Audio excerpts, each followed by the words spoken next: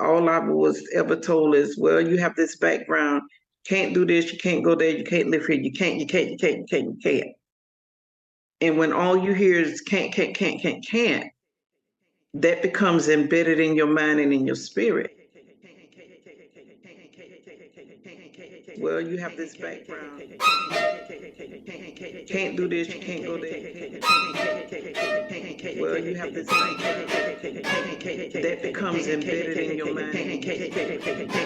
Well, you have this background, can't do this, you can't go there. That becomes embedded in your mind. Well, you have this background, well, you have to do this, well, you have this background, becomes embedded in your mind. So why am I here trying to bust my butt to have something?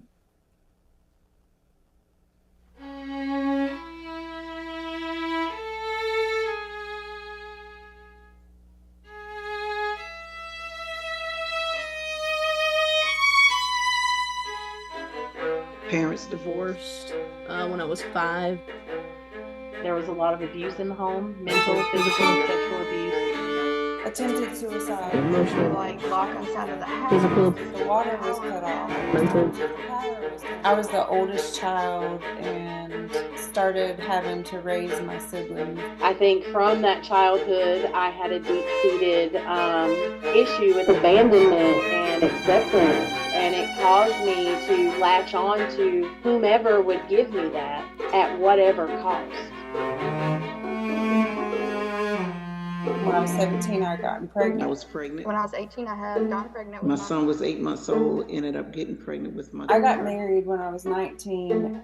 I didn't know the depth of his alcoholism, and he started to become violent. He broke my nose twice. He knocked me across my head with a glass door, and it hit me right here, and it scar on my eyebrow from him. Then when my daughter was 5 days old, I was in a car accident.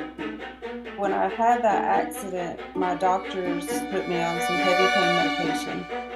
They kept me on it for 9 years. The government was cracking down on the doctors, and they didn't know how to take me out. Started doing some cocaine, some MDMA, ecstasy. I started turning to other things that would make me feel complete. I need help. I've got to get to a detox. I've got to do something.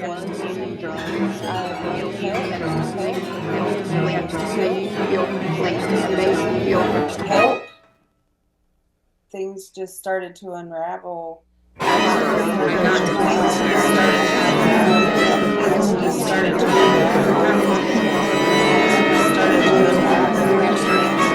I got to the point where if I didn't have the pills, I was going to be sick. If you don't have the medication that you need or that you're addicted to, you're going to start doing things you wouldn't normally do together. My intentions were to detox myself. I created prescriptions and then forged them. Started forging checks. Someone had wore a camera on me and I was selling some Xanax. And then I started getting DUIs. And they arrested me for assault on government officials. The police arrested me for a hit and run. 25 indictments for obtaining controlled substance by fraud. Plead guilty, get probation, and go. And I was like, okay, all I was concerned about not getting any prison time or anything like that. Or sent to prison for 1 year. My children were 3, 6, and 9 whenever I went to prison. Once I got charged with those felonies when I was 19 years old, after that, my whole life was like not worth living.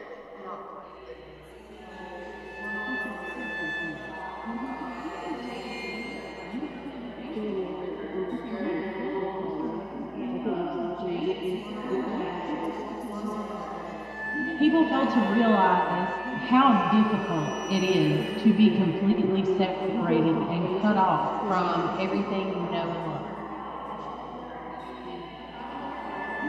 We walk back for 24 hours a day, maybe even shower every 3 days. We start having smaller portions for food. And I was very bitter, angry. Like you go through phases throughout your sentence. Having everything that was constant in my life taken away from me was devastating.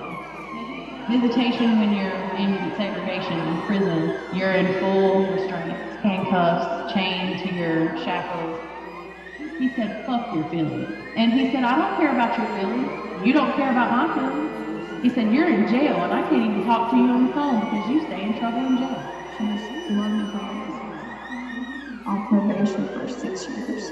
And when you're on probation for that long, even if you were to try to turn your life around, like they're always gonna nitpick you.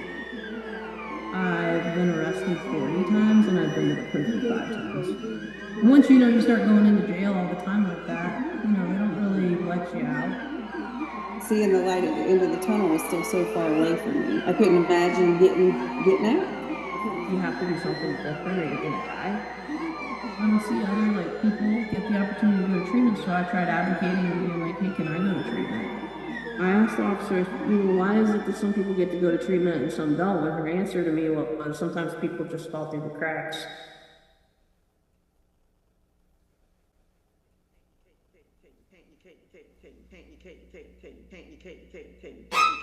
Feeling hopeless, helpless. Feeling hopeless, helpless. I'm coming home from prison, not knowing what you're gonna do. Feeling hopeless, helpless. Got out of there. My mom had deemed me homeless. Where are you gonna sleep? I was homeless for many years, sleeping from place to place. Where are you gonna sleep? I have been turned down from 7 apartment complexes after paying application fee after application fee. Sleep. I applied at different places. Nobody was offering me a job. I felt stuck. I'm coming home from prison, not knowing what you're gonna do. I just felt like I was never gonna get anywhere in life. I felt like I was never gonna get a job. I felt like I was never gonna be able to get my own place. Where are you gonna sleep? Just give me a chance to show you that I've changed. And until someone has the patience and the courage to say, hey, you know what? I want to help this person, you're basically just writing them away.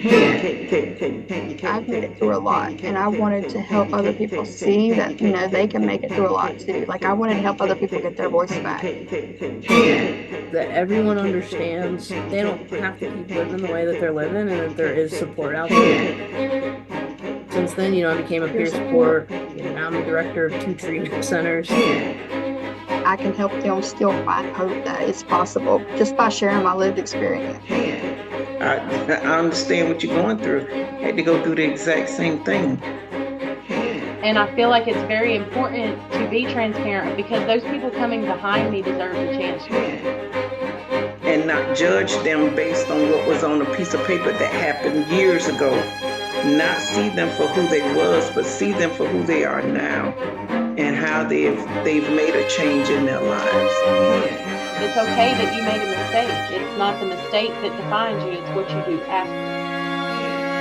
I am not who the criminal justice system said that I am. There is more to me.